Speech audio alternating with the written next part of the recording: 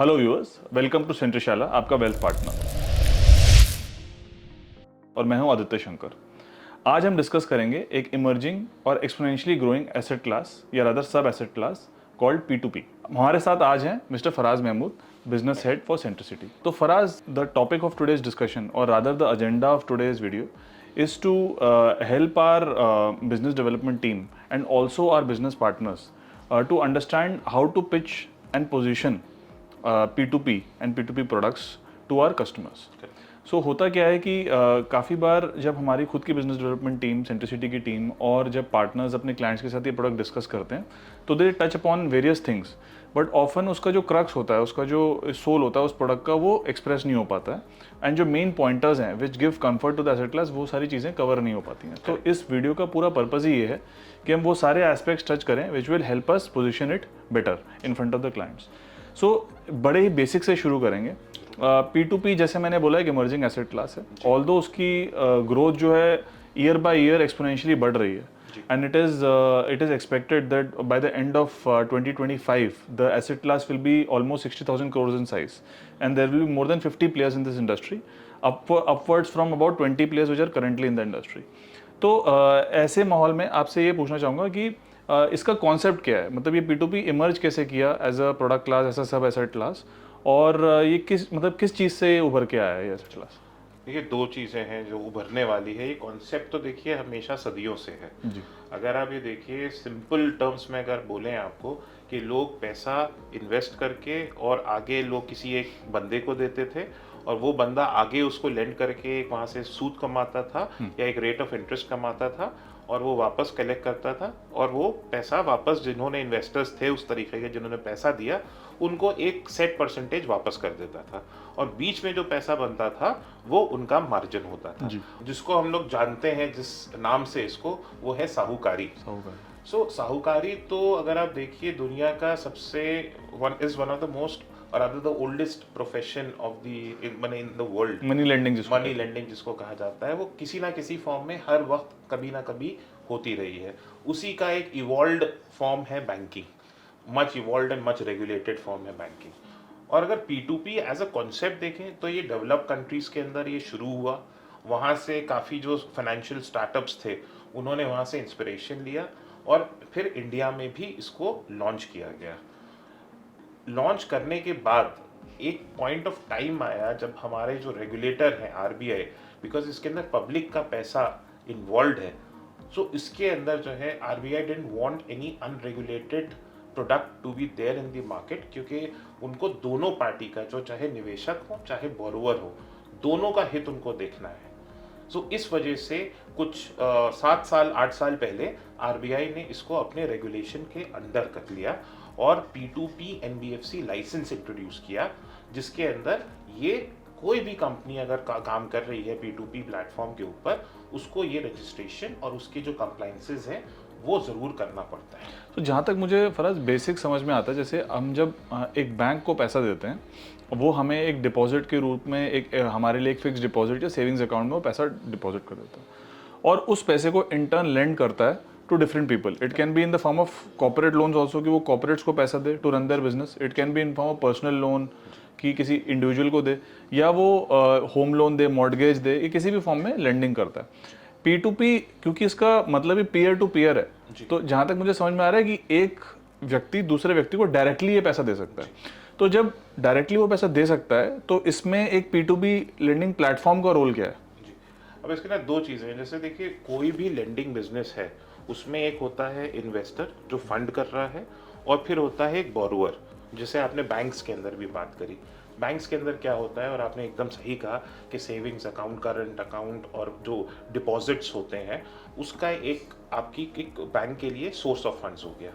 फिर आगे वही बैंक जो है आगे उसको लेंड करता है पर्सनल लोन के रूप में, क्रेडिट कार्ड की बोरिंग के थ्रू में, फिर उसके बाद आपके होम लोन के, कार लोन के, एजुकेशन लोन में भतेरे लोन होते हैं। उसके अंदर बीच में एक मार्जिन होता है। ये पूरा मार्जिन जो है इसको हम लोग कहते हैं नेट इंटरेस्ट मार्जिन बेसिकली। सो इसी प्रकार आपका जो ये प्लेटफॉर्म होता है, ये एक तरीके से, अब आप जैसे आपने कहा कि पेयर टू पेयर लेंडिंग, अब आपको इन्वेस्ट करना है, मुझे पैसा चाहिए, ये कैसे पता चलेगा? इसके लिए हमें एक प्लेटफॉर्म चाहिए जो आदित्य शंकर को फराज महमूद से मिलवा सके। राइट। सो ये पहला काम है कि एक प्लेटफॉर्म जहाँ पे लोग जो निवेश करना चाहें और जो लोग बोरो करना चाहें एक प्लेटफॉर्म पे लेके आए। पॉइंट नंबर 2 और जो बहुत ज़्यादा इम्पॉर्टेंट है, जो रेगुलेटरी फ्रेमवर्क के अंडर और जिसके बारे में हम लोग बाद में तफसील से बात कर सकते हैं, उसके अंदर जो है जो बोरोइंग का जो पूल है, बोरोअर्स का पूल है, उनको through various AI technologies and various आपकी आइडेंटिफाइबल क्राइटेरियाज जैसे सिबिल हो गया, बाकी सब चीज़ें हो गई, सैलरी हो गई उनकी और बैंक के वो हो गए इसके बेसिस पे वो लोग देखते हैं जो बोरोअर्स हैं कौन से अच्छे बोरोअर्स हैं और जो पैसा वापस करेंगे। और यही चीज़ बैंक में भी होती है अगर आप देखिए तो। नहीं, बिल्कुल तो correct। यही प्लेटफॉर्म का काम है। तो अगर मैं म्यूचुअल फंड के पार्लेंस में बात करूं तो ये एक एएमसी का काम करता है। अगर मैं बैंकिंग के पार्लेंस में बात करूं तो जैसे एक बैंक जो है लोगों का पैसा लेता है और आगे देता है, ये प्लेटफॉर्म्स वही काम करते हैं और जिसके लिए एक इनको अपनी सेट फीस मिलती है। तो जैसे बैंक्स में हज़ारों लोग लोन्स के लिए अप्लाई करते हैं, बट सबको नहीं मिल पाता। बैंक्स की भी अपनी क्रेडिट अंडरराइटिंग नॉर्म्स होती हैं, क्राइटेरियाज होते हैं। उसी तरीके से P2P क्योंकि एक काफ़ी रिटेल प्लेटफॉर्म है, इसमें कोई 10,000 का लोन भी अप्लाई कर सकता है। तो जहाँ तक मुझे लगता है इसमें तो लाखों लोग अप्लाई करते होंगे, बट एक प्लेटफॉर्म लाखों बोरोवर्स के अगेंस्ट लाखों लेंडर नहीं खड़ा कर सकता। उसके आई एम श्योर बहुत रिस्क मैनेजमेंट मैकेनिज्म होंगे। तो आप ये कह रहे हैं कि सिबिल जैसे एक क्राइटेरिया, उसी तरीके से काफ़ी सारे हज़ारों क्राइटेरिया जिसके बेसिस में वो चूज़ करते हैं और जो नॉट एलिजिबल बोरोवर होते हैं उनको छांट देते हैं। तो देखिए पहले मैं स्टैटिस्टिक्स आपको बताता हूँ। 100 लोग जो अप्लाई करते हैं लोन के लिए, इसके ना लगभग 25 से 30% को ही एक्चुअली लोन मिलता है और लगभग इनके स्ट्रिक्ट क्राइटेरियाज होते हैं। माने कुछ जो हम लोग के जैसे लेन देन है उसके लगभग 600 पैरामीटर्स हैं जिसके ऊपर वो एक आदमी को देखते हैं। तो सिबिल तो डेफिनेटली होता ही होता है, उसके अलावा इनके 600 पैरामीटर्स हैं कि कहाँ पे काम कर रहे हैं, क्या लॉन्जिटिविटी है, क्या कैश फ्लोज हैं और ऐसे बहुत सारी चीज़ें। और इस हद तक के क्योंकि आपसे ये कुछ डिस्क्लोजर नॉर्म्स आपसे जो है साइन कराते हैं जहाँ पे आपके ये एसएमएस और ईमेल्स भी चेक कर लेते हैं कि कभी भी आपका उस इन्वेस्टर ने कोई डिफ़ॉल्ट तो नहीं किया है या फिर उसने कोई कभी उसके पास कोई मैसेज आया हो कि लेट पेमेंट किया है। तो इन सब केसेस में भी वहाँ पे जो एज अ बोरोवर कट्टा लग जाता है और वो डिस्क्वालीफाई हो जाते हैं फ्रॉम द बोरोइंग पूल। ये चीज़। सो बोरोवर साइड में रिस्क मैनेजमेंट मैकेनिज्म जैसे आपने समझाया ये सारी हैं, बट ओवरऑल क्योंकि ये एक पूरी की पूरी इंडस्ट्री है और एक अलग लाइसेंस है P2P NBFC लाइसेंस, तो इसका स्ट्रक्चर कैसे रहता है? मतलब हाउ इज़ इट फॉर्म्ड? क्योंकि P2P एक प्लेटफॉर्म है, फिर लेंडर हैं, बोरोवर हैं, तो इसको स्ट्रक्चर कैसे किया गया? मतलब किस तरीके से लेंडर पैसा देता है, इन्वेस्टर पैसा देता है और बोरोवर के पास कैसे पहुंचता है? सर यहाँ पे कुछ मैं आरबीआई की रेगुलेशंस को भी यहाँ पे लाऊंगा और सेफ्टी कैसे आती है इसके अंदर। बिकॉज देखिए आरबीआई को कोई भी अनरेगुलेटेड बिजनेस नहीं पसंद है। आज भी साहूकारी है इस देश के अंदर, आज भी लोग कच्चे में पैसा जो है दे भी रहे हैं और लोग जो है सूद पे उठा भी रहे हैं। आरबीआई डजंट वांट दिस, क्योंकि इसके अंदर ना निवेशक का जो है हित रेगुलेटेड है, ना जो बोरोवर है उसका हित रेगुलेटेड है। और इसी वजह से अगर बोरोवर के साइड की बात करें तो मदर इंडिया जैसी पिक्चरें भी आई हैं जहाँ पे एक साहूकार की वजह से पूरी जो है खानदान तबाह हो गया। नहीं तो मतलब मदर इंडिया क्या, मतलब इवन टुडे आप देखते हैं जो सब्जी मंडियाँ होती हैं तो वहाँ आरटीओ होते हैं और जैसे वो दिन की लैंडिंग करते हैं at a rate of almost more than 100-200%। तो वो तो आज भी दैट थिंग इज अलाइव। मैं कह रहा हूँ साहूकारी आज भी है। और आरबीआई ने बहुत सारी कोशिशें की, जैसे रूरल ब्रांचेस को बहुत ज़्यादा प्रमोट किया, उसको एक इनफैक्ट गिवन रिक्वायरमेंट बना दिया कि सारे बैंक्स को इतने परसेंटेज या इतने नंबर ऑफ रूरल ब्रांचेस करना पड़ेगा। बट आज भी इतने सारे बैंक्स खुलने के बाद, इतनी सारी ब्रांचेस खुलने के बाद, इतनी सारी एनबीएफसीज खुलने के बाद और इतनी सारी जो है माइक्रो फाइनेंस एनबीएफसीज खुलने के बाद भी यहाँ पे बहुत ज़्यादा गैप है, क्रेडिट का गैप है। और जो सबसे बड़ा जो गैप है वो है स्मॉल बोरोइंग के लिए और स्मॉल टाइम बोरोइंग के लिए। मैं एक हाइपोथेटिकल क्वेश्चन आपसे पूछता हूँ, अगर आप किसी बैंक के पास जनरली जाएं और उससे आप कहें कि मैं 50,000 रुपए का लोन लेना चाहता हूँ 3 महीने के लिए, कोई नहीं देगा। हाँ, until and unless you have an app, आप वो खुद से कर लोगे, but most of the people don't have the facility of that app pre approved वाला लोन। आप बैंक में जाएंगे, वो कोई भी आपको एंटरटेन नहीं करेगा, क्योंकि it will not be worth their efforts. So मैं एक ही जनरलाइज्ड स्टेटमेंट दे रहा हूँ। सो यहाँ पे और एक दूसरी बात है कि बैंकिंग सिस्टम का, क्योंकि उसके नॉर्म्स होते हैं, सब कुछ होता है, there is a turnaround time, कि अगर आदमी कोई नॉर्मल वो करेगा तो there is a turnaround time. यहाँ पर क्या है, because it is all IT enabled, ये सारे 600 पैरामीटर्स जो मैं आपसे बोल रहा था, सिबिल की चेक, ये चेक, ईमेल चेक्स, ये एल्गोरिदम्स देखती हैं, ये सब पूरा मशीन एल्गोरिथम्स, मशीन लर्निंग, ये सब पूरा जो है, ये पूरा इसको कर रही है और कुछ ही देर में कर रही है, और बहुत फास्ट डिसबर्समेंट होता है और बहुत फास्ट फैसला होता है कि इसको देना है या नहीं देना है। दूसरा, अगर आप देखिए तो एक बहुत बड़ा सी चेंज आया है हमारे तरीके पेमेंट करने के, क्योंकि एक बहुत बड़ी जो इनफॉर्मल इकोनॉमी थी, सरकार के जो इतनी उन्होंने जद्दोजहद की है कि सबके पास इंटरनेट पहुंच जाए, सबके पास मोबाइल फ़ोन चला जाए, स्मार्टफोन चला जाए, और एक जो एस अप द स्लीव्स जो उन्होंने किया है वो है यूपीआई। उससे अगर आप देखिए जिस तरीके से हम लोग पेमेंट करते हैं वो एकदम बदल गया है। पहले हम लोग सब कैश लेके घूमते थे, और चाहे वो बड़ी से बड़ी दुकान होती थी, चाहे छोटे से छोटा सब्जी वाला होता था या रिक्शे वाला होता था, हम लोग सबको कैश में देते थे। और कहीं पे हमारे पास अगर जो है वो स्वाइप की फैसिलिटी होती भी थी तो हम करना चाहते थे, लेकिन हम कर नहीं पाते थे, क्योंकि उसमें होता था कि 2% आपको एक्स्ट्रा देना पड़ेगा। चाहे वो बड़ा से बड़ा फार्मासिस्ट हो, चाहे कोई भी हो, ये आपसे सुनने को मिलता था। लेकिन आज ये सच्चाई है कि चाहे हम लोग सब्जी वाले, फल वाले, रिक्शे वाले, दवा वाले, या कोई बड़े से बड़े रेस्टोरेंट या छोटा से छोटा होटल, जहाँ पे भी जा रहे हैं, हम लोग जो है predominantly digital means of payment कर रहे हैं, विच इज़ प्राइमरीली यूपीआई। अब यूपीआई से क्या हुआ है सर, कि अब जैसे एक सैलरीड आदमी था, उस सैलरीड आदमी के पास एक फॉर्म 16 थी और उसके पास एक बैंक खाता का है उसका, जो शो कर सकता है कि मेरे पास इतना कैश फ्लो आता है, जिसके बेसिस पे उसको एक लोन या प्री अप्रूव्ड लोन उसको मिलता है बैंक की तरफ से।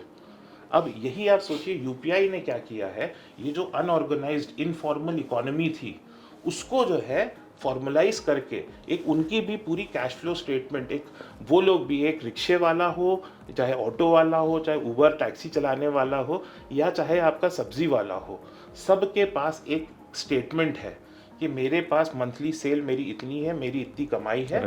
और data is very very important, and with this availability of data ये प्लेटफॉर्म्स क्या कर पा रहे हैं कि इनको बेस्ड ऑन दैट, इनकी क्या पर डे सेल है या इनके क्या मंथली रिसीवेबल्स हैं, उनकी एक क्रेडिट लिमिट सेट कर पा रहे हैं, और जिस तरीके से उनको एक तरीके से प्री अप्रूव्ड लोन मिल रहे हैं। तो अगर आप, जैसे हम लोग यूपीआई यूज़ करते हैं, हम लोग के पास पर्सनल लोन का उसके अंदर एक सेगमेंट है, ऐसे ही अगर हम बाकी जो पेमेंट ऐप्स हैं, चाहे भारत पे देख लीजिए, गूगल पे देख लीजिए, जो मर्चेंट हैं या जो दुकानदार हैं, उनके पास मर्चेंट सर्विसेज के अंडर लोन्स की है, और जहाँ पे प्री अप्रूव्ड लोन्स, क्योंकि उनको बीच में इन्वेंट्री रोटेट करनी पड़ती है, बट पेमेंट जो है महीने के एंड में आती है, तो बीच में क्रेडिट की उनको रिक्वायरमेंट है। देखिए ये भी है, बहुत अलग अलग हैं। जैसे आप अभी हम लोग बात कर रहे थे एक सब्जी मार्केट की, वहाँ पे एक आदमी खड़ा रहता है कि भाई मैं आप मुझे 1000 रुपये मैं आपको दे रहा हूँ, शाम को मुझे 200 रुपये दे देना, या एडजस्ट करके 800 रुपये दे देता है, और शाम को उसको वापस 800 रुपये देने होते हैं,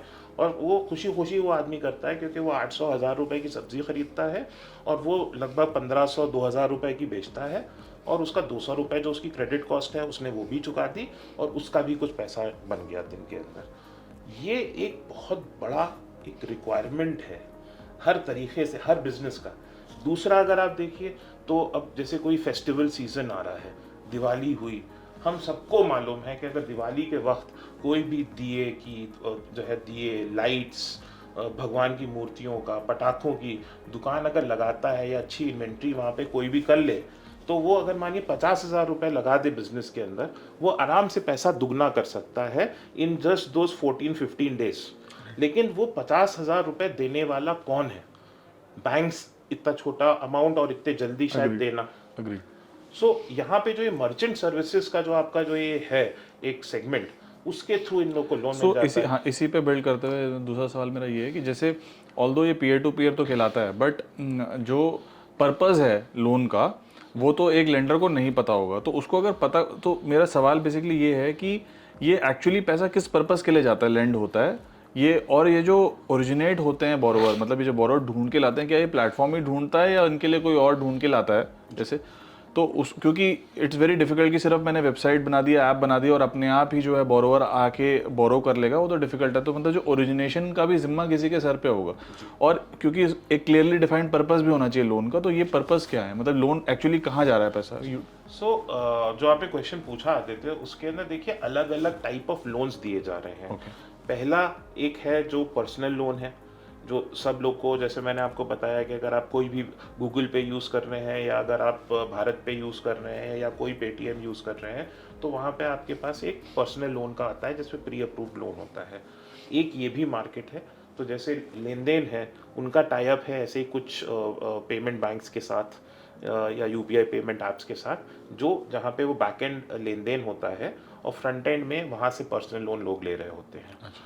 दूसरा एक आपका सेगमेंट है जो मर्चेंट लोन, जो अभी हम लोग बात कर रहे थे कि छोटे छोटे दुकानदार हैं, उनको कभी कभी बिजनेस की रिक्वायरमेंट्स के, कभी एक्सपेंशन के, कभी पेमेंट की वजह से जो इंडिविजुअल माने जो स्मॉल टाइम इंडिविजुअल्स हैं, प्रोपराइटर्स हैं, जो छोटी छोटी दुकानें या सेटअप बना रहे हैं या इवन डिसेंट सेटअप भी चला रहे हैं, एकदम से उनको पैसे की ज़रूरत पड़ गई, वो एक सेगमेंट है, इसको कहते हैं मर्चेंट लोन। तीसरा एक सेगमेंट है आपका जो आपका बाय नाउ पे लेटर या स्लैश BNPL जिसको कहते हैं, स्लैश जीरो कॉस्ट EMI, दोनों चीज़ें। ये आप देख रहे हैं आजकल ये सब चीज़ें काफ़ी ज़्यादा पॉपुलर है, क्योंकि जो आज की जनरेशन है वो इंस्टेंट ग्रेटिफिकेशन में मानती है, उसको आईफोन खरीदना है। अच्छा, आप ये वाला कह रहे हैं जैसे हम एक क्रोमा में जा रहे हैं या कहीं जा रहे हैं तो इंस्टॉलमेंट में फ़ोन या रेफ्रिजरेटर, टीवी वगैरह खरीदा जा रहा है, इसको कह रहे हैं हम बाय नाउ पे लेटर। सो bye now pay letter, zero cost EMI में भी ये सब चीज़ें आती हैं। सो इनके भी जो है आपके जो भी P2P प्लेटफॉर्म्स हैं, इनके भी अलग अलग जो है सर्विस प्रोवाइडर्स के साथ या प्रोडक्ट वालों के साथ जो है इनका टाई अप है। और मैं इसमें हमेशा समझना चाहता था, जैसे अगर मैंने एक फ़ोन या टीवी जो है ज़ीरो कॉस्ट EMIs में लिया, जैसे एक टीवी का कॉस्ट 1 लाख रुपए है और वो वहाँ पे एडवर्टाइज करते हैं कि अगर आप 1 लाख रुपए देने की जगह आप 10 महीने की 10 इंस्टॉलमेंट 10,000 की दे दीजिए, कोई इंटरेस्ट नहीं है, आपके लिए भी अच्छा है क्योंकि आप एक साथ 1 लाख की जगह आप 10,000 हर महीने देंगे, और क्रोमा के लिए भी अच्छा है क्योंकि मैं शायद नहीं खरीद पाता, मैं अब खरीद पाऊंगा। तो इसमें जो लेंडर है, काफ़ी बार जैसे मैंने देखा है वहाँ पे बजाज फिनसर्व या बजाज फाइनेंस का वहाँ पे एक रिप्रेजेंटेटिव खड़ा होता है और उसके बाद लोन डॉक्यूमेंट भी होता है, वो कहते हैं सर करा लीजिए करा। तो उसका क्या फ़ायदा है इसमें? तो कोई इंटरेस्ट तो कमा नहीं रहे, तो उसका फ़ायदा क्या है उनको? सर जैसे को अंग्रेजी में कहावत है ना, there are no free lunches, right. So there are no free lunches. कुछ तो हिडन होगा इसके, कुछ हिडन नहीं मतलब कुछ तो इसके अंदर जो है, मैंने there is a positive thing कि जो यहाँ पे प्रोडक्ट मैन्युफैक्चरर्स या बिग सेलर्स हैं, वो ये जो है एक फैसिलिटी ऑफर कर रहे हैं क्लाइंट्स को। क्योंकि अब आप छोटा सा मैं एग्जांपल दूं, आप आजकल सबके हाथ में ज़्यादा से ज़्यादा अच्छा बढ़िया फ़ोन देखते होंगे, इधर आईफोन देखते होंगे या फिर सैमसंग का बढ़िया वो जो गैलेक्सी वाला वो फोल्ड, Z फोल्ड और ये फोल्ड सारे फोन देखते होंगे, OnePlus या कुछ, तो ऐसे बड़े बड़े आप उसके अंदर ब्रांड्स देखते होंगे। तो इन कंपनीज का क्या है कि अगर ये 1 लाख रुपए का फ़ोन है, 1.5 लाख रुपए का फ़ोन है, कितने लोग डाउन पेमेंट पे खरीद सकते हैं? बट क्योंकि जो हमारी जो पॉपुलेशन है उनकी पर मंथ सैलरी अच्छी खासी है, so they can afford to pay in EMIs। They might not be able to afford to pay 1.5 lakh या 1 लाख रुपए at one point of time. उनके लिए अफोर्डेबिलिटी हुई जा रही है, जो चीज़ वो नहीं खरीद पाते वो अभी खरीदे ले रहे हैं। सो कंपनी का क्या है, कंपनी की सेल्स बढ़ रही है। तो जब कंपनी की सेल्स बढ़ रही है, जो उनको काफ़ी सारा मार्केटिंग और ये सब चीज़ों में खर्चा करना पड़ता, इंस्टेड उनके लिए ये भी एक मार्केटिंग कॉस्ट या आप उसको उसी के अंदर फैक्टर कर लेते हैं कि एक EMI जनरली जो भी कंपनी फाइनेंस कर रही है वो उसको मिल जाती है। And that is how these financing zero cost financing companies they earn out. अच्छा, समझ गया। तो वो एक्चुअली थोड़ा सा इन्फ्लेटेड कॉस्ट है, वो जो पहली EMI है वो लेंडर को चली जाती है, तो उस तरीके से उनको एक अपफ्रंट एक EMI जो है उनको चली जाती है। So that is how they the lender actually earns. और इसका इम्पैक्ट आपको मैंने किस हद तक है, ये एक डेटा है कि out of every 10 iPhones 8 go on EMIs। Right. So आप ये सोचिए, अगर शायद 2-3 फ़ोन बिकते अगर वो सिर्फ कैश पेमेंट वाली फैसिलिटी होती। तो अब 20 बिक अब रहे हैं। आपके उनके जो है 10 बिक रहे हैं उसके बजाय। तो ये मतलब मेरे हिसाब से on the face of it is a win win for all. जी जी। मतलब इकोनॉमी में जनरली कंजम्पशन बढ़ता है और लेंडर को भी फायदा है और डिस्ट्रीब्यूटर को भी फायदा है। इसके अलावा एक और जो एक बहुत अच्छा एक निकल के आ रहा है अर्ली सैलरी वाला कॉन्सेप्ट।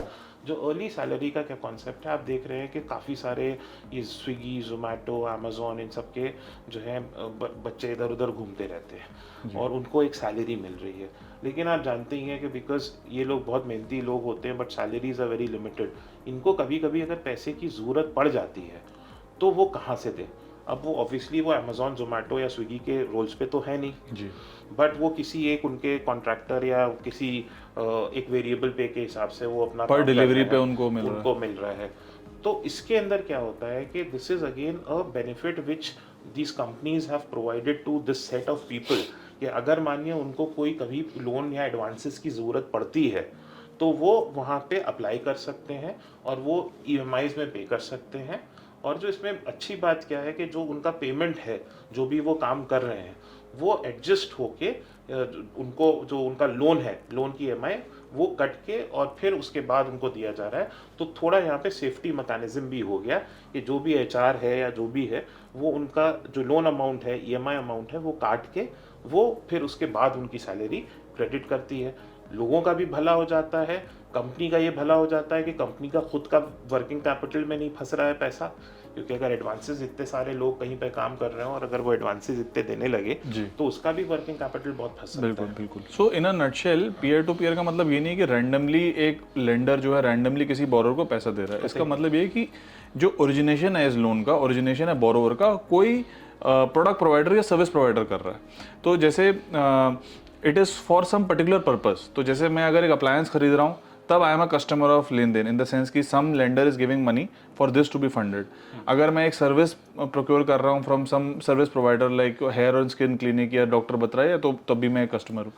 अगर मैं अर्ली सैलरी का भोगी हूँ तो मैं फिर एक कस्टमर हूँ, या एक मैं पीएल ले रहा हूँ तो फिर मैं कस्टमर हूँ। तो ये किसी पर्पस के लिए जाता है, ऐसे नहीं रैंडमली मैं किसी को दे रहा हूँ। So let's come to some risk management measures, क्योंकि ये सबसे पहले कोई भी इन्वेस्टर पूछता है कि ये रिस्क कैसे मैनेज हो रहा है। पहली बात तो कि जो ये हम पैसे जिसको दे रहे हैं वो लेकर भाग गया तो उसका मुझे एक तो तुरंत से मेरे दिमाग में इसका एक रिस्क मैनेजमेंट मैकेनिज्म आ रहा है कि ये लोन्स बहुत ही छोटे अमाउंट के हैं और कम ये समय के लिए बहुत कम समय के लिए हैं। और ये एक तो वैसे ही इसमें जो छटनी का प्रोसेस है वो बहुत ही रिगरस है और कम समय के लिए छोटे लोन्स हैं। तो इतने माइक्रो लोन्स हैं और इतने सारे लोगों को हैं कि वैसे ही काफ़ी हद तक रिस्क मैनेज हो रहा है। तो अगर मैं 10,000 20,000 का भी एक लेंड करता हूँ तो ऐसा नहीं किसी एक आदमी को 20,000 मिल जा रहा है, 10,000 मिल जा रहा है, हज़ारों लाखों लोगों को थोड़े थोड़े पैसे मिल रहे हैं फॉर सम। और वो हज़ारों लाखों लोग भी क्वालिफाइड बोरोवर्स हैं according to parameter, hyper diversification. उसके बाद जो सेकंड मुझे जो हमने अभी डिस्कस किया कि this is a fairly regulated asset class, जिसमें आरबीआई जो सबसे एपेक्स बॉडी, इसके ऊपर तो कोई हो ही नहीं सकता और वो इसको रेगुलेट करती है। और जहाँ तक मैंने सुना है कि इनके जो ऑडिट्स होते हैं, इनको ओवरसाइट जो होता है बहुत ही स्ट्रिक्ट और रिगरस होता है, बिल्कुल कोई, बिकॉज ये technically it deals with retail money and the focus of the government is always on the smallest lowest common denominator और उनको कोई हानि नहीं पहुंचनी चाहिए। इसके अलावा जैसे स्ट्रक्चरली भी कोई मेजर्स होंगे, मतलब ये जब ये इंडस्ट्री बन रही थी तो उन्होंने कहीं से तो प्रेरणा ली होगी कि ये जो रिस्क मैनेजमेंट मैकेनिज्म है ये अच्छा है, इसको कॉपी कर लेते हैं इसमें। सर देखिए, जो मुझे थोड़ा बहुत मालूम है एंड ये मुझे मालूम है कि जब आरबीआई P2P को रेगुलेट कर रही थी उसने पूरे एक तो पहले P2P पूरा जो दुनिया भर में चल रहा था उसको आइडेंटिफाई किया, उसके अंदर फ्लॉज भी जो भी हैं या कहाँ पे क्या प्रॉब्लम्स आ सकती हैं वो सब पूरी आइडेंटिफाई करी और उनको एड्रेस किया। और जो मुझे पर्सनली लगता है, क्योंकि इसका जब मैं कंस्ट्रक्ट देखता हूँ और एक नॉर्मल म्यूचुअल फंड का कंस्ट्रक्ट देखता हूँ तो मुझे बहुत ज़्यादा सिमिलैरिटीज़ दिखाई देती हैं। तो क्योंकि म्यूचुअल फंड भी अगर आप देखिए तो it is meant for everybody, वो रिटेल वाले के लिए भी है और वो बड़े से बड़े कॉर्पोरेट और बड़े से बड़े एचआरआई के लिए भी है। लेकिन अगेन जो भी regulations over a period of time mutual fund में डेवलप हुई हैं वो है कि जो छोटा निवेशक है उसका हित हमेशा जो है प्रोटेक्टेड रहे और उसको कोई हानि ना आए। सो ये चीज़ है जो सेबी करता है। तो मुझे जो लगता है कि जो थोड़ा बहुत, अगर मुझे बहुत सिमिलैरिटीज़ लगती हैं इसके अंदर, तो सबसे पहले अगर मैं बात करूं ये एक रेगुलेटेड है आरबीआई से रेगुलेटेड है।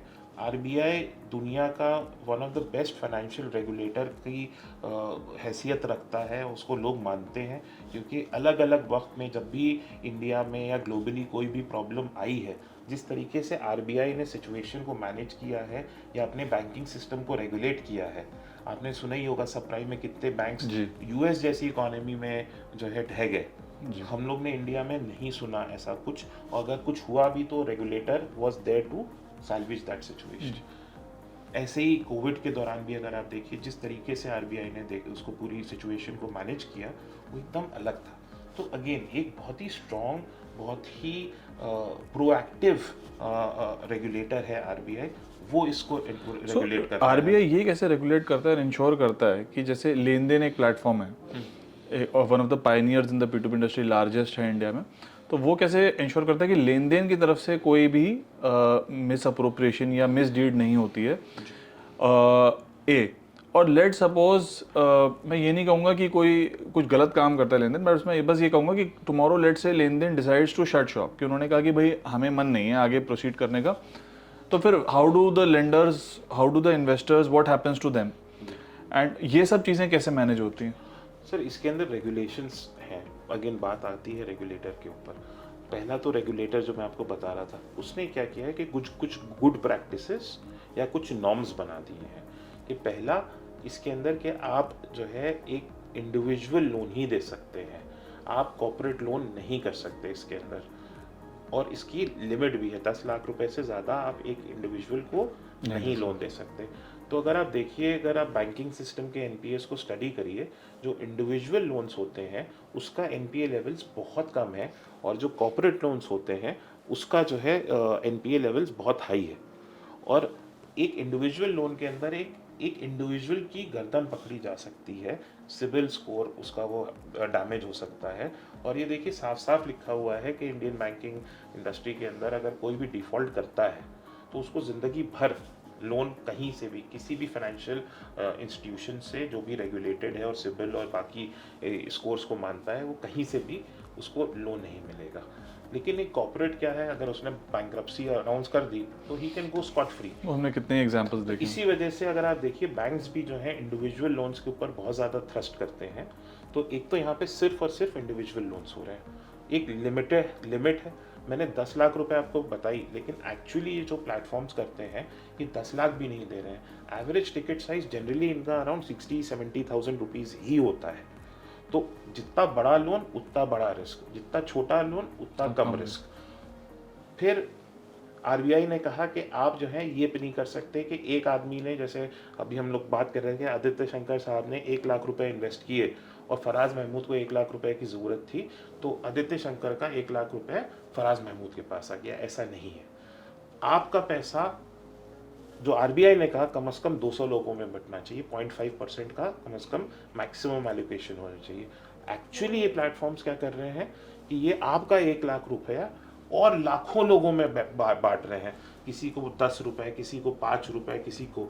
तो ऐसे आदित्य शंकर के 1 लाख रुपए 5-5, 10-10, 100-100 रुपए होके 1000 रुपए इन सब केसेस वो बहुत सारे लोगों को बटेंगे। और ऐसे ही जो फराज महमूद को 1 लाख रुपए अगर मानिए दिए गए हैं, तो वो सिर्फ आदित्य शंकर से नहीं आ रहे हैं, आप जैसे काफ़ी सारे लेंडर्स से आ रहे हैं।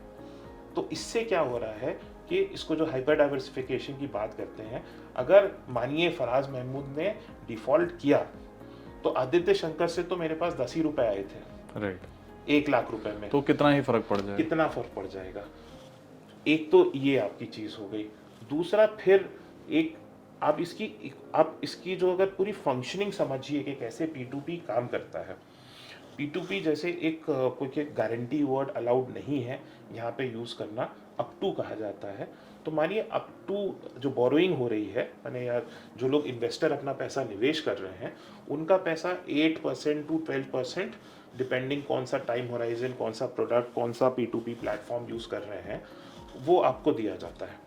अब जनरली ये पैसा जो 8 से 12% पे उठाया जा रहा है, वो जो है आगे जो लोगों को दिया जाता है on an average cost of 20% IRR पे होता है। अब 20% IRR है, तो अब आप सोचिए कि उसके अंदर ये लोग एक मार्जिन ऑफ कंफर्ट या मार्जिन ऑफ सेफ्टी लेते हैं। वो जिसको हम लोग एक प्रोविजनिंग भी कह सकते हैं। तो अगर 4% की हम लोग प्रोविजनिंग ले लेते हैं तो 20% में से 4% गया तो बचा 16%। फिर दूसरा क्या है कि यहाँ पे 2 से 3% की मैनेजमेंट फीस या प्लेटफॉर्म फीस जिसको कहा जाता है वो होता है। तो आप 16% से 3% भी आप कम कर लीजिए तो 13% बचता है।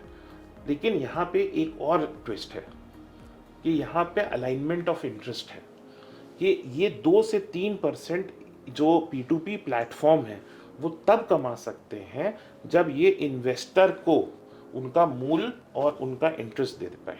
तो हाँ, तो उस तरह से अलाइनमेंट ऑफ इंटरेस्ट है कि वो अपनी फीस तभी ले सकते हैं जब वो समझ गया। ओके। तो दूसरा एक और चीज़ है आदित्य जी, जो आपने पूछा कि ऐसा कैसे कि वो कहीं भाग जाएं कहीं पैसा लेके या बंद हो जाएं कल तो क्या होगा।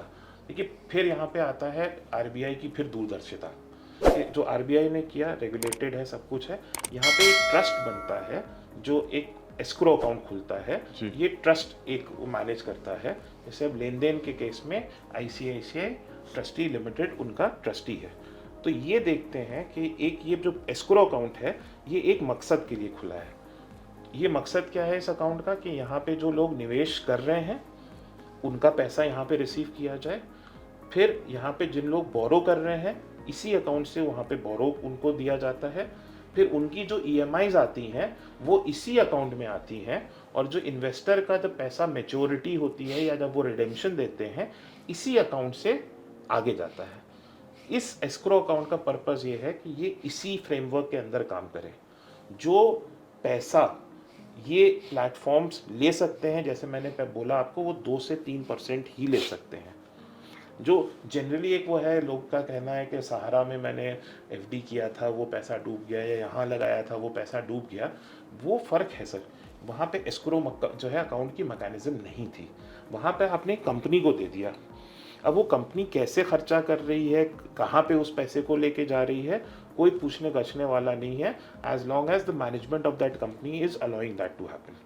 बट यहाँ पर एक ट्रस्टी है, एक ट्राइपाइट्राइड एग्रीमेंट के अंदर एस्क्रो अकाउंट है, जो यहाँ पे जिस पर्पस के लिए बोला गया है उसी पर्पस के लिए पैसा यूज किया जा सकता है, उसके अलावा कुछ नहीं किया जा सकता। So it is very similar to how the mutual fund industry functions की promoter asset management company which is the fund manager or trustee company which holds or custodian which holds the asset, they are all separate.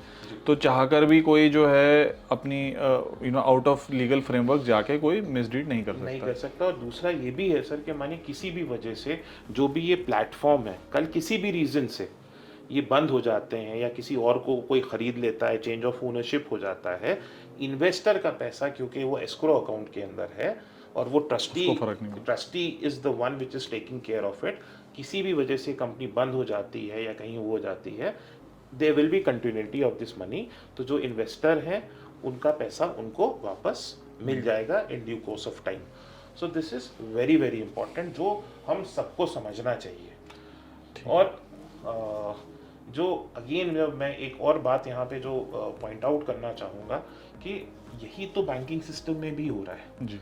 But क्योंकि यहाँ पे एक transparency का दूसरा एक level भी देखिए, हमको नहीं मालूम बैंक किसको पैसा दे रहा है जी और किस लेवल से दे रहा है। इसमें तो हमें तो यहाँ पे ट्रांसपेरेंसी का अलग ही लेवल है जो आरबीआई के नॉर्म्स के, कि अगर मेरा पैसा जिसको भी दिया जा रहा है मेरे पास वो विजिबल होते हैं। इससे ज़्यादा ट्रांसपेरेंसी कहाँ। उनका जो डिजिटल जो कॉन्ट्रैक्ट नोट होता है वो सब भी आपको विजिबल होता है। सो बहुत ज़्यादा ट्रांसपेरेंसी है। अग्री। सो फराज, अब आते हैं कुछ स्पेसिफिक्स पे, सेंट्रिसिटी के रोल पे। तो जैसे मैंने वीडियो के शुरू में बोला था कि there are almost about 20-25 P2P companies which are operating in India. तो क्या सेंट्रिसिटी का टाई अप सारी 20 कंपनीज के साथ हैं, और does Centricity choose to work with only select ones, और कौन सी हैं वो कंपनीज, और उनके कुछ प्रोडक्ट्स के बारे में बताइए, how do they function and उनका ट्रैक रिकॉर्ड क्या रहा है, जनरली इन कंपनीज का ट्रैक रिकॉर्ड क्या रहा है, specially in crisis years like Covid and all. Sir again हम लोग का देखिए जो मेन काम सेंट्रिसिटी का है कि हम लोग एक बेसिक ड्यू डिलिजेंस करके अपनी तरफ से बेस्ट प्रोडक्ट अपने पार्टनर्स के लिए और अपने क्लाइंट्स के लिए दे, जहाँ पे रीजनेबल लेवल ऑफ हम लोग के जो ड्यू डिलिजेंस पे क्राइटेरियाज होते हैं वो पास करती है। और इस पर 2 कंपनीज ही केवल हम लोग ने अभी चूज़ करी हैं। वो एक है आपका लेन देन, जो सबसे पुरानी और सबसे बड़ी कंपनी है, और दूसरी है लिक्विलोन्स जो भी 5 साल प्लस पुरानी कंपनी है और उसका भी बहुत ज़बरदस्त ट्रैक रिकॉर्ड है। सो काम हम लोग का देखिए, फिर मैं बताऊं कि ये चीज़ है कि because this is a new product, this is a new concept. So what we have tried to do is we have tried to go only with the two possibly the largest players in the market, The earliest players also. and the earliest players and people who have seen various cycles. Right. So अगर आप देखिए, Covid एक बहुत बुरा वक्त था और लिक्विलोन्स was also performing at that point of time and लेनदेन was also performing at that time. In fact लेनदेन is 8 years से वो इस मार्केट के अंदर है। आज तक मैंने there is a proper fact sheet जिसके अंदर ये सारा डेटा हमारे पार्टनर्स के लिए, क्लाइंट्स के लिए, सबके लिए अवेलेबल है कि उनकी क्या अभी तक का क्या ट्रैक रिकॉर्ड है। और ये सारा चीज़ें, सारा every quarter they go to RBI, तो कोई भी मिसरिप्रेजेंटेशन या मिस कम्युनिकेशन नहीं हो सकता। साफ साफ वहाँ पे लिखा है कि इन्होंने अपने सारे क्लाइंट्स को जो 10% प्लस की जो रिटर्न इन्होंने, जैसे लेन देन की मैं अगर बात करूँ, even in Covid times 10% plus return अपने क्लाइंट्स को दी है, ज़ीरो डिफॉल्ट ऑन प्रिंसिपल किया है। ये एक बहुत बड़ी चीज़ है क्योंकि कोविड एक बहुत ही डिफिकल्ट टाइम था financially and otherwise for everybody. अगर if this model had to fail, I think so there was no better time than Covid कि ये मॉडल फेल हो जाता। लेकिन अगर कोविड के दौरान में भी और कंटिन्यूसली अगर आप 8 साल से देखिए, अप्स एंड डाउन्स इकोनॉमी में रहे हैं, लिक्विडिटी सिचुएशन, आपके एनपीए लेवल्स, अलग अलग चैलेंजेस आए हैं इस दौरान, इस 8 साल के दौरान। अगर इन कंपनीज़ के मॉडल्स, इन कंपनीज़ के एल्गोरिथम्स, ये सब कहीं पे भी अगर कुछ गड़बड़ होना है, या जो भी इनके मॉडल्स हैं जो हम लोग बात कर रहे थे, BNPL, buy now pay later, merchant loans, personal loans, जो भी ये लोग बोरोइंग करते हैं, यहाँ पे अगर कुछ भी फ्लॉज होते तो इनके फ्लॉज नहीं आते। मैं अगर लेन देन की स्पेसिफिकली मैं आपसे बात करूँ तो लेन देन का अगर आप देखिए तो अभी currently the NPA level is 2.9%, which is as good as any of the banks जो आप प्राइवेट सेक्टर या पब्लिक सेक्टर के देखिए। ये तो बैंकिंग स्टैंडर्ड से बहुत कम है जी। मैंने it is see depending upon कौन सा बैंक है, किसी का 0.5% भी है, किसी का 2.5% भी है। So again it is comparable to banks and return भी जैसे मैंने बोला कि 100% जो है क्लाइंट्स को उन्होंने 100% जो उन्होंने जो अप टू या एक इंडिकेटिव रिटर्न बताई थी उन्होंने वो दी है। सो सबसे बड़ी बात ये है जो कहते हैं कि proof of the pudding is in eating, ये इन्होंने जो चीज़ कहा है वो डिलीवर किया है। और आज हम लोग म्यूचुअल फंड्स के बारे में इतने कंफर्टेबली कैसे बोल देते हैं अपने क्लाइंट्स को कि अगर आप 5 साल प्लस रहेंगे तो आपको 14-15% रिटर्न तो मिल ही जाएगा। That has come out of experience only ना। सो इसका भी 8 साल का एक्सपीरियंस है। और जैसे मैंने कहा फैक्ट शीट के ऊपर लिखा हुआ है, किसी की कही सुनी बात नहीं है, और ये सब डेटा आरबीआई को जाता है, तो कोई भी इसमें मिसरिप्रेजेंटेशन नहीं हो सकता है। So this is a wonderful product for debt allocation. So ये चीज़ है। और सो जैसे कुछ स्पेसिफिक प्रोडक्ट्स के बारे में बता सकते हैं, और लेन देन है लिक्विड लोन वगैरह। सो देखिए लेन देन के अंदर क्या चीज़ है, और एक जो मुझे बहुत अच्छा स्ट्रॉन्ग पॉइंट लगता है कि, और ये हमारे जो पार्टनर्स हैं वो बहुत अच्छे से, और हमारे जो BDT मेंबर्स हैं ये बहुत अच्छे से समझेंगे कि इनके जितने भी प्रोडक्ट्स हैं सारे क्लोज एंडेड हैं। 3 महीने का, साल भर का, 2 साल का, ये लिक्विडिटी नहीं दे रहे। क्योंकि सबसे बड़ा प्रॉब्लम होता है इस तरीके के प्रोडक्ट्स के अंदर एसेट लाइबिलिटी मिसमैच, जिसको हम लोग कहते हैं कि हमारे पास 100 रुपये हमने दे दिए, हमने 100 रुपये का लोन दे दिया, मानिए 5 साल के लिए, एग्जाम्पल मैं दे रहा हूँ। और यहाँ पे भी ऐसे आरबीआई की लिमिट है कि आप इतने लंबे, ज़्यादा लंबे लोन्स भी नहीं दे सकते। तो मानिए चलिए 2 साल के लिए दे दिया। लेकिन क्या हुआ कि लोग जो निवेशक थे उन्होंने कहा कि नहीं मुझे पैसे की ज़रूरत है, आप मुझे 1 ही साल में आप मुझे रिडीम कर दीजिए। हाँ, अब आपने जो लैंड जिसको दिया है उसको तो आपने 2 साल या 3 साल के लिए दिया, अब उससे आप 1 साल के बाद तो नहीं कह सकते या 6 महीने बाद कि भैया पैसा वापस कर दो, क्योंकि उसने बोरो किया है 2 साल 3 साल के पास, उसकी कैपेबिलिटी होती तो वो क्यों बोरो करता। करेक्ट। तो वो नहीं दे पाता। तो ये होता है एसेट लाइबिलिटी मिसमैच। तो कोशिश इसमें यहाँ पे होती है कि अगर आपने 1 साल के लिए इन्वेस्ट किया है तो जो बोरोवर्स हैं वो ऐसे ढूंढे जाएं जो 1 साल या 1 साल के अंदर पैसा वापस कर दें, ताकि जब उन जो है क्लाइंट की मैच्योरिटी आ रही हो उसी वक्त सारा पैसा हो जाए अवेलेबल, और उसको क्लाइंट को वापस कर दिया जाए। And the return range for all these products is anywhere between 8 to 12%.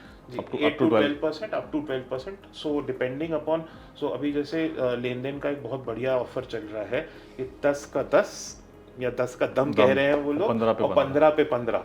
इसका क्या मतलब है कि आपको सिंपल इंटरेस्ट मैंने आपको 10% का मिल रहा है अगर आप 10 महीने में रहते हैं।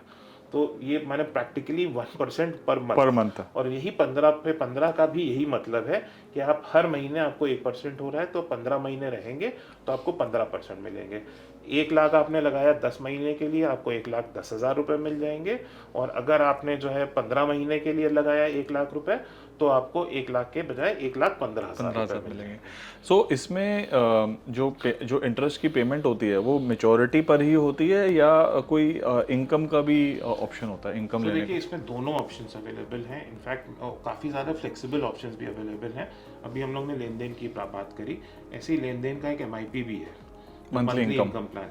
तो आपके पास ये भी है कि अगर आप चाहें तो 1 साल का आपने या 3 महीने का इन्वेस्ट कर दिया है, 10 महीने 15 महीने जो बोला, और आपको पैसा प्रिंसिपल प्लस इंटरेस्ट आपको मिल जाएगा। और ये इंटरेस्ट जो है इस पे TDS कटता है, TDS सर, कट इस के पे आता है, TDS इस पे नहीं TDS करता। नहीं कटता। इस पे TDS नहीं करता, फिलहाल TDS नहीं करता। कल गवर्नमेंट कुछ रूल्स चेंज कर दे तो अलग बात है, but as of now TDS नहीं करता है इसके ऊपर। सो एक और ये बहुत बड़ी बेनिफिट है लोगों के लिए। सो मेन जो चीज़ है यहाँ पे कि MIP भी है यहाँ पर, जो आपको हर महीने, क्योंकि काफ़ी हमारे ऐसे क्लाइंट्स हैं, इन्वेस्टर्स हैं जिनको मंथली इन्फ्लोज चाहिए, स्पेशली द रिटायर्ड पीपल। और उनके पास क्या ऑप्शंस हैं? FD है, जहाँ पे उनको अच्छी सेफ्टी के साथ अच्छे रिटर्न्स मिलने की जो है उम्मीद रहती है, लेकिन आज आप देखिए 7.5% केवल मिल रहा है। जी, जो अच्छे से अच्छे बैंक से 7.5% आपको मिल रहा है। उसके ऊपर भी जो है 10, 20, 30 जो भी आपका टैक्स ब्रैकेट होगा उतना आपको इंटरेस्ट भी, सॉरी, टैक्स भी आपको देना पड़ जाएगा। और फिर उसके बाद जो है इन्फ्लेशन अगर आप देखिए, जो भी नंबर्स हैं, तो आपका पैसा ग्रो कहाँ कर रहा है। जी, तो और हर चीज़, वो पैसा हमारे जो बुजुर्ग लोग हैं या सीनियर सिटीजन है, वो सारा पैसा इक्विटी में तो नहीं लगा सकते, बिकॉज दे वांट समथिंग जो उनको सेफ्टी के साथ रिटर्न्स दे। तो उनके लिए P2P MIP बहुत अच्छा प्रोडक्ट है, जो हर महीने उनको कैश फ्लो देता रहेगा। और इसके अंदर लगभग आपका, डिपेंडिंग किस टेन्योर के ऊपर आप जा रहे हैं, तो उसके अंदर आपको 9.75, 9.25, 10% के बीच में आपको जो है इंटरेस्ट आपको मिलता है। और ये सिंपल इंटरेस्ट की बात हो रही है। अगर आप IRR देखेंगे तो इसकी काफ़ी ज़्यादा होगी, क्योंकि कैश फ्लो आपका 1 महीने के बाद से ही शुरू हो जाता है। And what about liquid loan, जैसे अभी हमने लेन देन की बात करी? सर, लिक्विड लोन्स के अंदर जो आपका जो है फीचर्स, जो उसका जो एडवांटेजेस है कि उसके अंदर एक प्रोडक्ट है जो 8% का बिना किसी एग्जिट लोड के, यानी आप जब चाहें आप तब उसको रिडीम कर सकते हैं। ये अलग बात है कि जो हम लोग अपनी तरफ से कहते हैं कि आप कम से कम 1 महीना पैसा रखिए, क्योंकि पैसा डिप्लॉय करने में भी वक्त होता है। तो ये नहीं कि आज आपने दिया और कल आपने रिडीम कर लिया और आपको ज़रूरी है कि 8% रिटर्न आ जाए। गिव इट इनफ टाइम, जो 1 महीना हम लोग कहते हैं, बट लिक्विडिटी आपके पास हमेशा है। ऐसे इनके भी ओपन, माने ये थोड़ा सा लिक्विड लोन्स में क्या फ़ायदा है कि आपको लिक्विडिटी विंडोज़ मिल जाती हैं, जैसे ये मैंने आपको प्रोडक्ट बताया। ऐसे ही इनके फ्लेक्सी जो है प्रोडक्ट्स हैं, जिसके अंदर मानिए आपने 3 साल के लिए या 2 साल के लिए इन्वेस्ट किया, लेकिन आपको 1 साल के बाद ही या 1 साल के अंदर ही कुछ पैसे या पूरे पैसे की ज़रूरत पड़ गई, तो आप वहाँ पे रिडीम कर सकते हैं। सो ओवरऑल और MIP भी है इनके पास। MIP है, तो MIP दोनों में है, बट जो लिक्विड ऑप्शन है, जैसे म्यूचुअल फंड में एक लिक्विड म्यूचुअल फंड होता है, उसकी तरह लिक्विड लोन्स में ऑप्शन है, बट लेन देन में नहीं है। लेन देन में नहीं, जैसे मैंने आपको बताया कि लेन देन में कोई भी जो है ओपन Open-ended एंडेड या withdrawable option नहीं लिक्विडिटी है। वाला ऑप्शन नहीं है, Liquid। क्योंकि एक वो एसेट लायबिलिटी मिसमैच को वो इस तरीके से तो फाइट करते हैं। तो इन अ सेंस थोड़ा सा जो सिक्योरिटी फीचर जो है ये लेन देन में थोड़ा एक्स्ट्रा है as compare to liquid loan. Sir, अगर आप एसेट लायबिलिटी मिसमैच की तरफ से देखें, और जो अगर मैं जो पहले भी पॉइंट करना चाह रहा था, जो हमारे पार्टनर भाई समझेंगे कि जो कुछ क्रेडिट रिस्क फंड्स थे मार्केट में कुछ साल पहले, जो उनको फेल होने के लिए ये नहीं था कि जिन कंपनीज का अंदर पैसा उन्होंने लगाया था वो कंपनियां खराब थी, ये था उस वक्त लिक्विडिटी टाइट थी।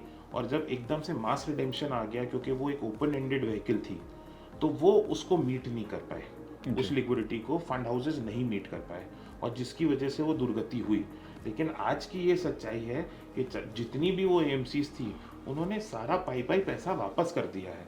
So it was not a wrong way of investing या रॉन्ग इन्वेस्टमेंट, इट वाज कि उसकी जो व्हीकल थी वो गलत थी। वो एक क्लोज्ड एंडेड प्लेटफॉर्म पे अगर होती तो ये शायद अभी क्रेडिट रिस्क फंड्स अभी भी होते और अभी भी उसमें इतनी बढ़िया रिटर्न्स मिलती थी, क्लाइंट्स काफ़ी उसको पसंद करते थे। लेकिन अब वो ऑप्शन ख़त्म हो गया है और आज के अगर आप देखिए क्रेडिट रिस्क फंड्स वो लगभग 8% की ग्रॉस यील्ड पे अवेलेबल है। श्योर। सो ओवरऑल फराज, हमने काफ़ी चीज़ें डिस्कस करी एज फार एज जो P2P का जो एसेट सब एसेट क्लास है या प्रोडक्ट क्लास है। पहले तो हमने समझा कि इसका ओरिजिनेशन कैसे हुआ, ये आया कैसे, कॉन्सेप्ट कैसे आया और कैसे ये एसेट क्लास बन गया, कैसे रेगुलेशन हुई, कैसे RBI is committed to making this a safe asset class to invest into where none of the stakeholders are affected.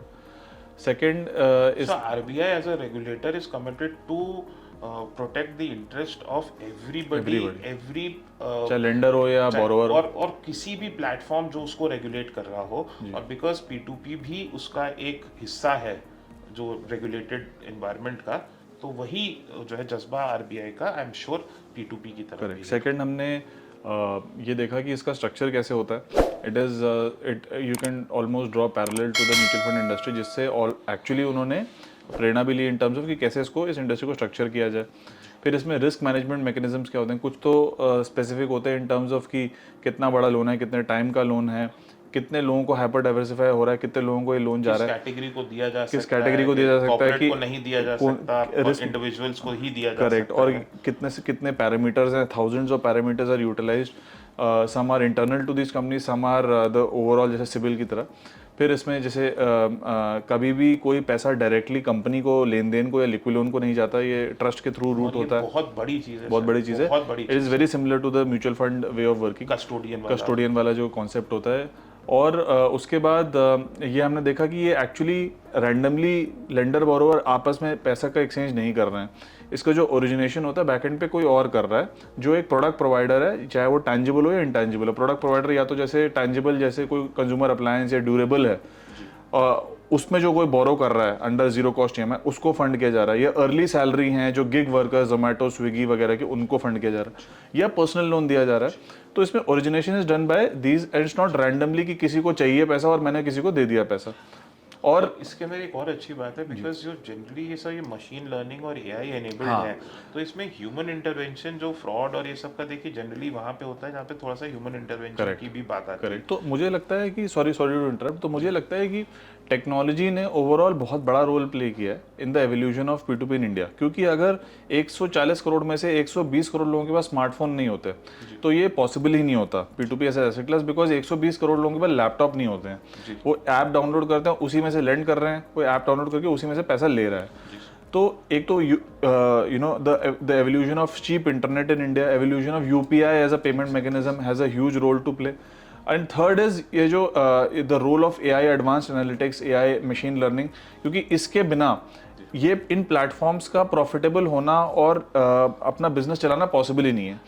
एक यहाँ पे आ जाते हैं थोड़ा सा पॉइंट, आप जो प्रॉफिटेबल कहा उसकी वजह से थोड़ी सी एक आइडिया चमका और एक फैक्ट चमका, एक्चुअली आइडिया नहीं कहूँगा, कि मैंने जैसे आपको बताया था ये कंपनीज तब अर्न कर सकती हैं जब ये अपने इन्वेस्टर्स को अलाइनमेंट ऑफ इंटरेस्ट कि जब ये अपने क्लाइंट का जो प्रिंसिपल और जो भी इंटरेस्ट है वो दे दे।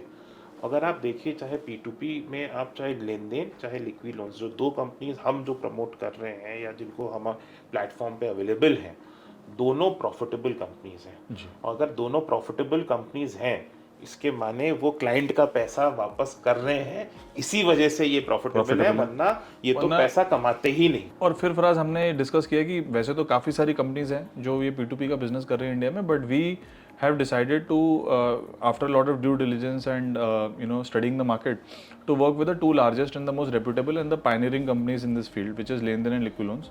और हम इन्हीं के प्रोडक्ट्स को अपने USPs हैं, अपने स्ट्रॉन्ग पॉइंट्स हैं, जिसके बेसिस पे हम एक बहुत ही न्यूट्रल चॉइस देते हैं to our partners to suggest this products to their clients. तो जैसे फॉर एग्जांपल MIP ऑप्शन दोनों में है, बट लिक्विड वाला ऑप्शन सिर्फ लिक्विड लोन्स में है। और लेन देन का ये है कि वो हर एक टाइम पीरियड में उनका कोई प्रोडक्ट है, उनका थोड़ा रेट ऑफ रिटर्न ज़्यादा भी है। तो सबके जैसे आपने बोला अलग अलग, बट हैं ये लार्जेस्ट और काफ़ी टाइम से और प्रॉफिटेबल भी हैं, राइट। सो इन सब के बारे में डिस्कस किया।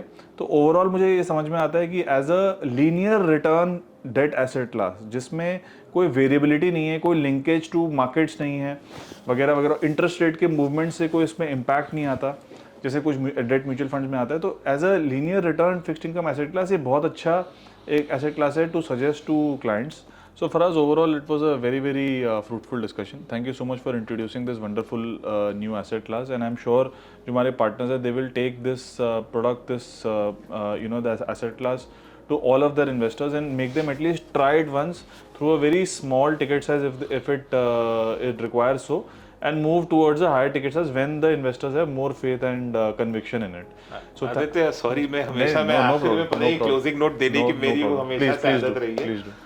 फिर से मैं बोलूँगा सर, एक म्यूचुअल फंड से ही मैं करूँगा। म्यूचुअल फंड जो शुरुआत में, क्योंकि आपने जब अपना करियर शुरू किया था म्यूचुअल फंड की एक्सेप्टेबिलिटी बहुत ज़्यादा नहीं थी, और उस वक्त हम लोग का क्या था, SIP कॉन्सेप्ट की भी अगर बात करें, हम लोग की बस कोशिश ये रहती थी कि 500 रुपए की SIP किसी को शुरू करा दें ताकि उनको एक आदत पड़े और उसका फिर बेनिफिट वो लोग रीप करें। और जब लोगों ने SIP को एक्सपीरियंस किया और म्यूचुअल फंड को एक्सपीरियंस किया, आज वो 1 लाख करोड़ से 50 लाख करोड़ की इंडस्ट्री है और लगभग 17-18 हज़ार करोड़ की SIP बुक है पर मंथ की।